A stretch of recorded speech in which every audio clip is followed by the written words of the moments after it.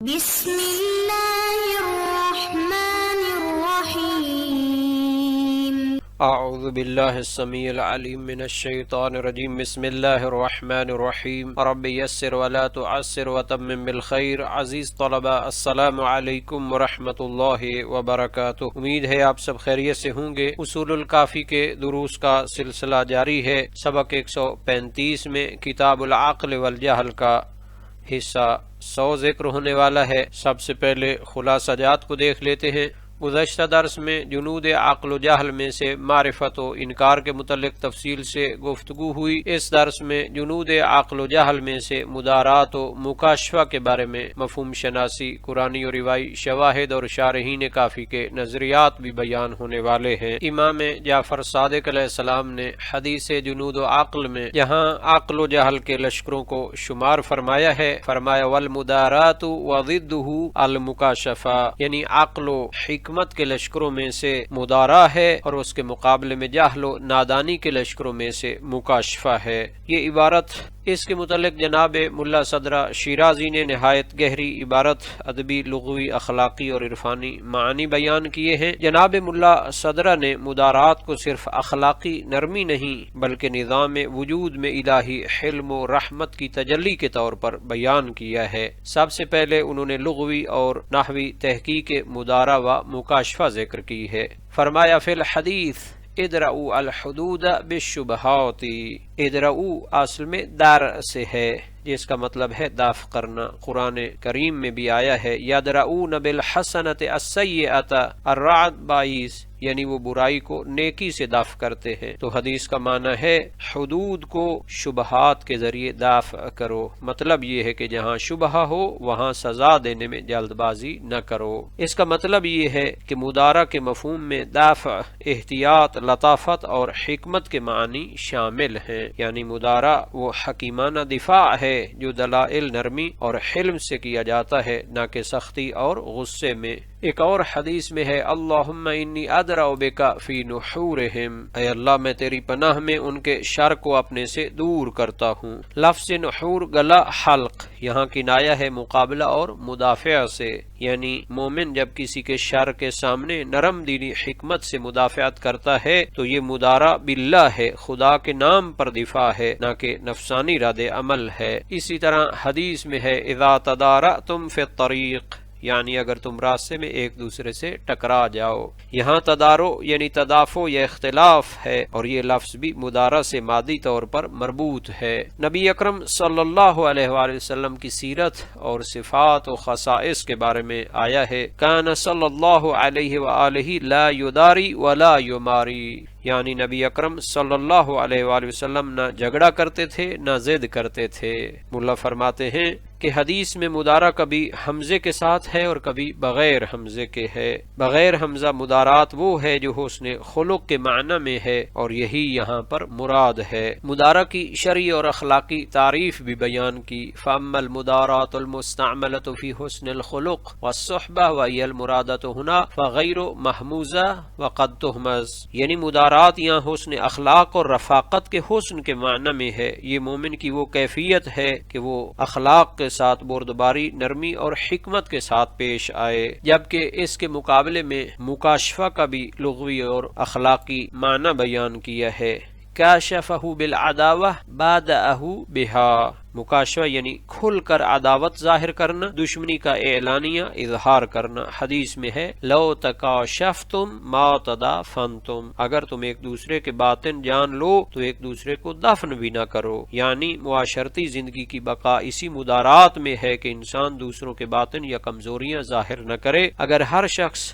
دوسرے کی خامیاں فاش کرے تو نظام معاشرت منہدم ہو جائے گا۔ ملا صدرہ شیرازی مدارات کے عرفانی معنی کو بیان کرنا چاہتے ہیں مدارات بطور صفت الہی۔ فرمایا المدارات من جملۃ الاحوال السنیہ والصفات الکریمہ لأہل العقل والایمان وارباب الفضل والعرفان، یعنی مدارا اہل عقل و ایمان اور عرفان والوں کی اعلیٰ صفات میں سے ہے، یعنی کہ مخلوق کے ساتھ نرمی کے ساتھ پیش آنا اور ان کی اذیتوں پہ صبر کرنا اور ان کے لیے عاجزی کا اظہار کرنا، چونکہ یہ اللہ تعالیٰ کے اخلاق سے تخلق ہے اور نبی اکرم صلی اللہ علیہ وآلہ وسلم کی سیرت سے مشابہت ہے۔ یہ صفت خدا اور رسول کی اخلاقی تجلی ہے۔ اللہ تعالیٰ نے نبی اکرم پر اپنے امتنان و احسان کو بیان کرتے ہوئے فرمایا فَبِمَا رَحْمَةٍ مِّنَ اللَّهِ لِنْتَ لَهُمْ، آل عمران 159۔ اللہ کی رحمت کے سبب آپ ان کے لیے نرم ہو گئے۔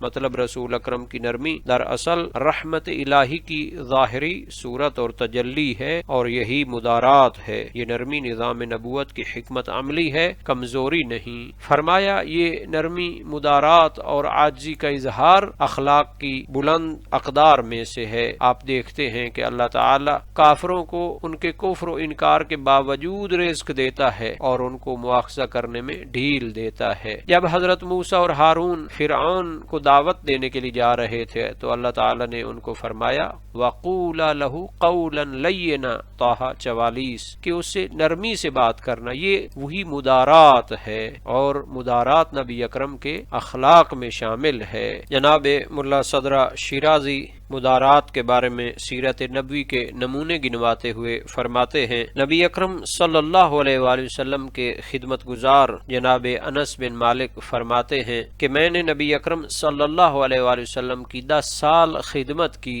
تو آپ نے کبھی مجھے اف تک نہیں کہا اور نہ پوچھا کہ یہ کیوں کیا یا کیوں نہیں کیا۔ خادم تو رسول اللہ صلی اللہ علیہ وآلہ وسلم 10 سنین فما قال لی اف قط وما قال لشیء صنعته لما صنعته ولا لشیء ترکته لما ترکته۔ یہ عالی ترین مثال ہے مدارات کی۔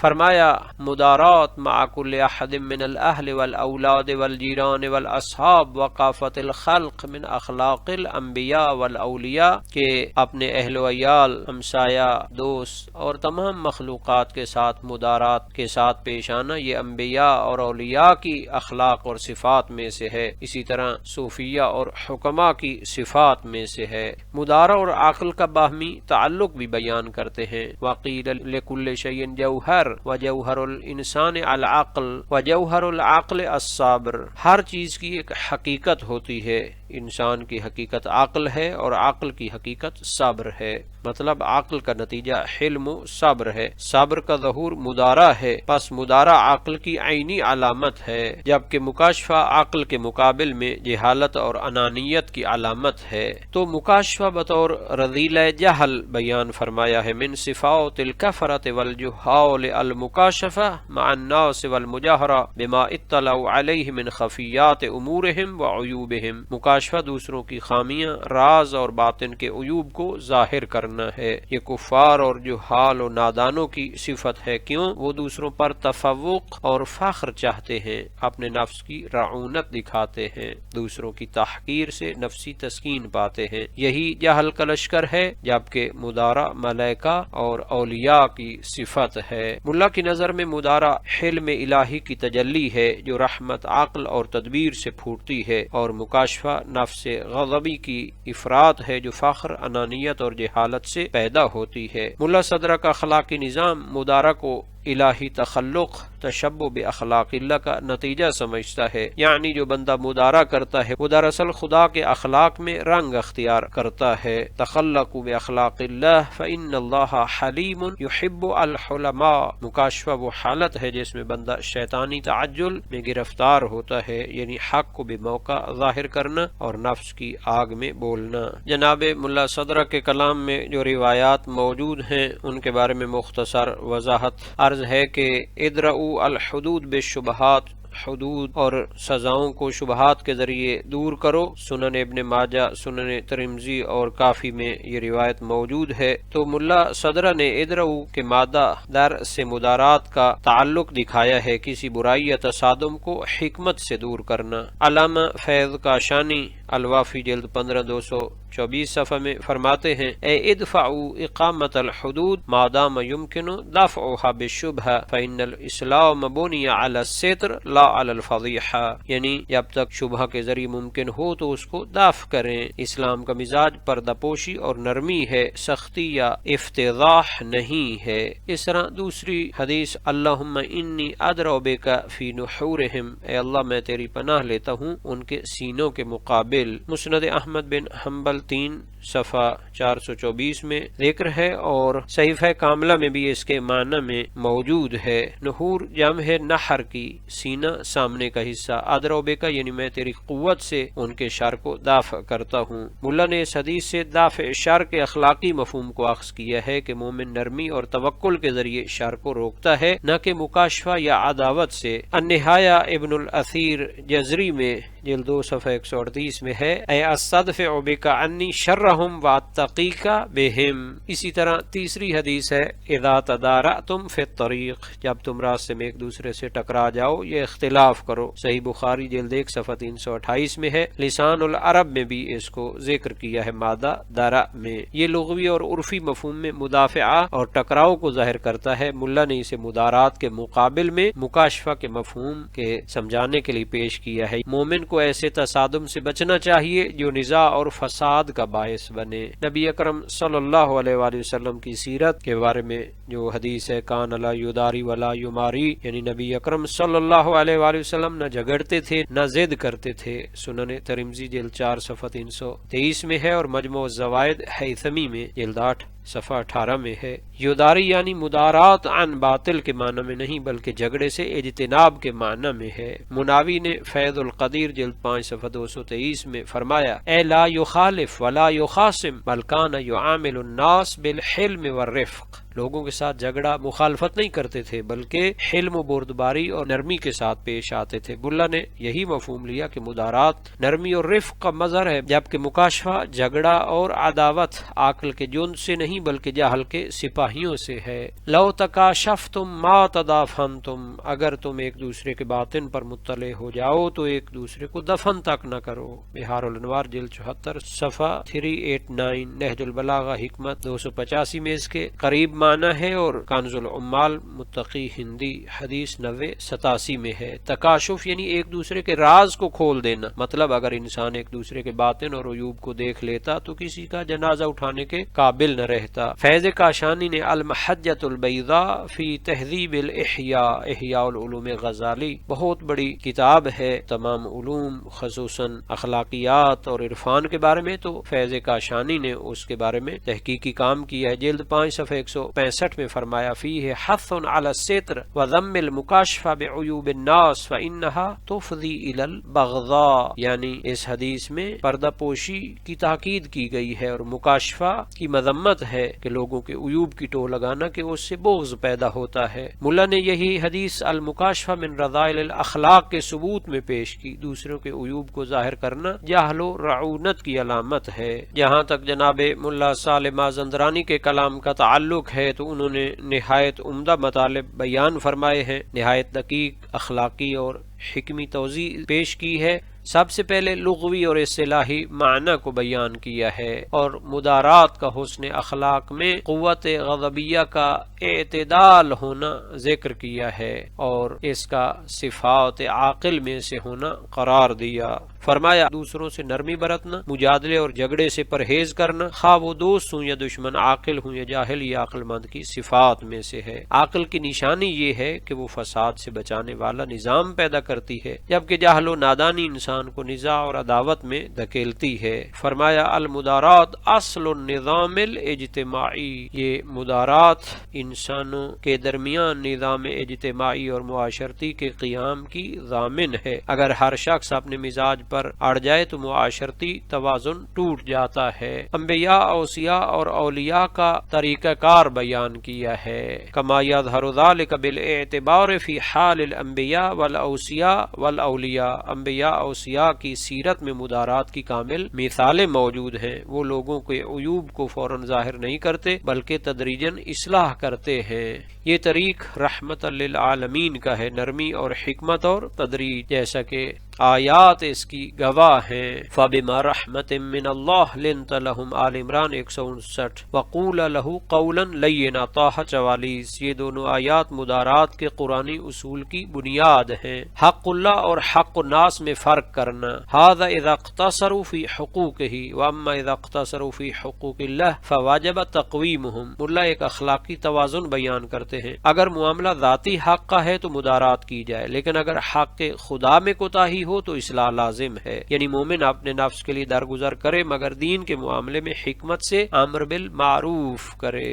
حکمت تبلیغ تدریج اور نرمی، حکمت موعظہ حسنہ یہ امر بالمعروف اور نہی عن المنکر میں ضروری ہے، اور اگر سختی کی ضرورت ہو تو بے قدر ضرورت اس سے استفادہ کرنا چاہیے۔ اصل طریق تدریج اور تانیس انس پیدا کرنا ہے، کیونکہ دفعتاً حملہ کرنے سے نفرت اور فساد جنم لیتا ہے۔ نبی و ولی کا اسلوب یہ ہے کہ وہ دلوں کو آہستہ آہستہ حق سے مانوس کرتے ہیں۔ جناب ملا صالح مازندرانی مزید اپنی گفتگو میں کچھ مطالب بیان کرتے ہیں۔ حضرت ابراہیم خلیل اللہ کی سیرت سے استفادہ فرماتے ہیں کبھی ایسا ہوتا ہے کہ مخاطب کی ذہنی سطح کم یا ضد بہت شدید ہو تو داعی کو حکمتاً حق و باطن کے پردے میں پیش کرنا پڑتا ہے، جیسے حضرت ابراہیم نے فرمایا ھذا ربی، تاکہ منکرین توحید کے ذہن کے مطابق بات شروع ہو، پھر تدریجاً ابطال شرک واضح کریں۔ حکیمانہ نکتہ یہی ہے مدارات فی الدعوہ، یعنی حق کی پیشکش میں حکمت اور موقع شناسی ہونی چاہیے، جبکہ مکاشفہ اس کے مقابلے میں رذائل اخلاق میں سے ہے اور قوت غضبیہ میں افراط ہے۔ کسی کے عیب کو ظاہر کرنا، سخت رویہ اختیار کرنا، دشمنی یا تلخی دکھانا، یہ غضبی قوت کے افراط سے پیدا ہوتا ہے۔ مکاشفہ سے فساد، جدال، دشمنی اور نظام معاشرت کا انحراف پیدا ہوتا ہے۔ اس کے برعکس مدارات رحمت، انس اور نظام کی بقا کا سبب بنتی ہے۔ جہاں تک مدارات و مکاشفہ کے متعلق تحقیقی اور علمی مسائل کا تعلق ہے تو لغوی مفہوم شناسی اور اصطلاحی مفہوم کے متعلق تفصیلی گفتگو صدرہ اور مازندرانی کے کلام میں گزر چکی ہے۔ یہاں راغب اصفہانی کے کلام کو پیش کرتے ہیں۔ المدارات ہے الرفق بالناس وحسن الخلق معهم من غیر مداہنہ فی الدین، المفردات فی غریب القرآن مادہ 11۔ مدارات یہ ہے کہ لوگوں کے ساتھ نرمی اور خوش اخلاقی سے پیش آنا مگر دین کے معاملے میں مداہنت، کمزوری یا منافقت نہ دکھانا۔ جہاں تک قرآنی شواہد کا تعلق ہے تو متعدد مقامات پر مدارات کے مفہوم کو صبر، حلم اور دعوت بالحکمہ کے عنوان سے ذکر کیا گیا ہے۔ سورہ نحل 125 میں فرمایا ادعو الی سبیل ربک بالحکمہ والموعظۃ الحسنہ، یعنی مدارات کا قرآنی اسلوب ہے، یعنی نرم انداز میں ہدایت کی دعوت دینا۔ آل عمران 159 میں ہے فَبِمَا رَحْمَةٍ مِّنَ اللَّهِ لِنْتَ لَهُمْ وَلَوْ كُنْتَ فَظًّا غَلِيظَ الْقَلْبِ لَانفَضُّوا مِنْ حَوْلِكَ۔ یہ آیت نبی اکرم صلی اللہ علیہ وآلہ وسلم کی مدارات اور نرم خوئی کی قرآنی تائید ہے۔ اسی طرح روایات میں بھی ہے، امام صادق علیہ السلام سے منسوب ہے رأس العقل بعد الایمان باللہ التودد الی الناس واصطناع الخیر الیہم ومداراتہم فی غیر ترک الحق۔ ایمان کے بعد عقل کی سب سے بلند شاخ یہ ہے کہ انسان لوگوں سے محبت کرے، ان کے ساتھ نیکی کرے اور ان کے ساتھ نرمی برتے مگر حق کو ترک کیے بغیر۔ اسی طرح امام باقر علیہ السلام سے منسوب ہے المدارات نصف الایمان والرفق نصف العیش، مدارات نصف ایمان ہے اور نرمی نصف زندگی ہے۔ جہاں تک علماء اور عرفاء کے بیانات کا تعلق ہے تو تاکید کی گئی ہے کہ مومن مدارات کرے تاکہ معاشرتی نظام باقی رہے۔ اگر بات حقوق اللہ کی ہو تو وہاں مدارات نہیں بلکہ تقویم و امر بالمعروف کا فریضہ لازم ہے۔ جو حال کے ساتھ تدریجی تانیس یعنی آہستہ آہستہ اصلاح کا عمل ہی مدارات کا جوہر ہے۔ ابن عربی کا فتوحات مکیہ میں قول ہے المدارات سر من اسرار اللہ فی معاشرت الخلق وہی تخلق باسم الحلیم من اسماء اللہ، یعنی مدارات اللہ کے اسرار میں سے ایک راز ہے اور یہ اسم حلیم کی تجلی ہے۔ سید حیدر عاملی سے بھی منقول ہے المدارات من شؤون الکمال الانسانی والمکاشفہ من شؤون النقص الحیوانی، مدارات انسانی کمال کی علامت ہے اور مکاشفہ بموقع سختی حیوانی نقص کی علامت ہے۔ آج کے سبق کا خلاصہ دیکھ لیتے ہیں۔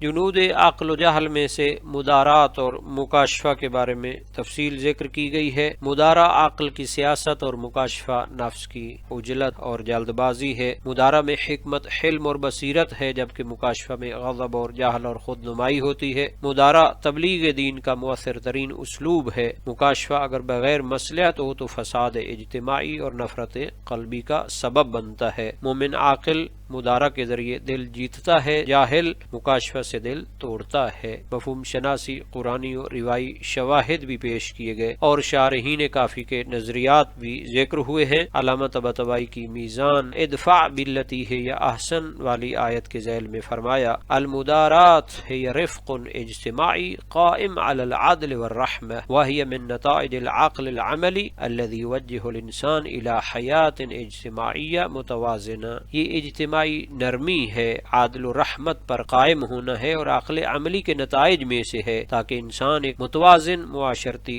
زندگی کو برقرار کر سکے۔ اس درس کے متعلق تمرینی سوالات کو بھی دیکھ لیتے ہیں اور اللہ تعالی سے دعا کرتے ہیں کہ ہمیں قرآن و سنت کو سمجھنے اور ان پر عمل کرنے کی توفیق عطا فرمائے۔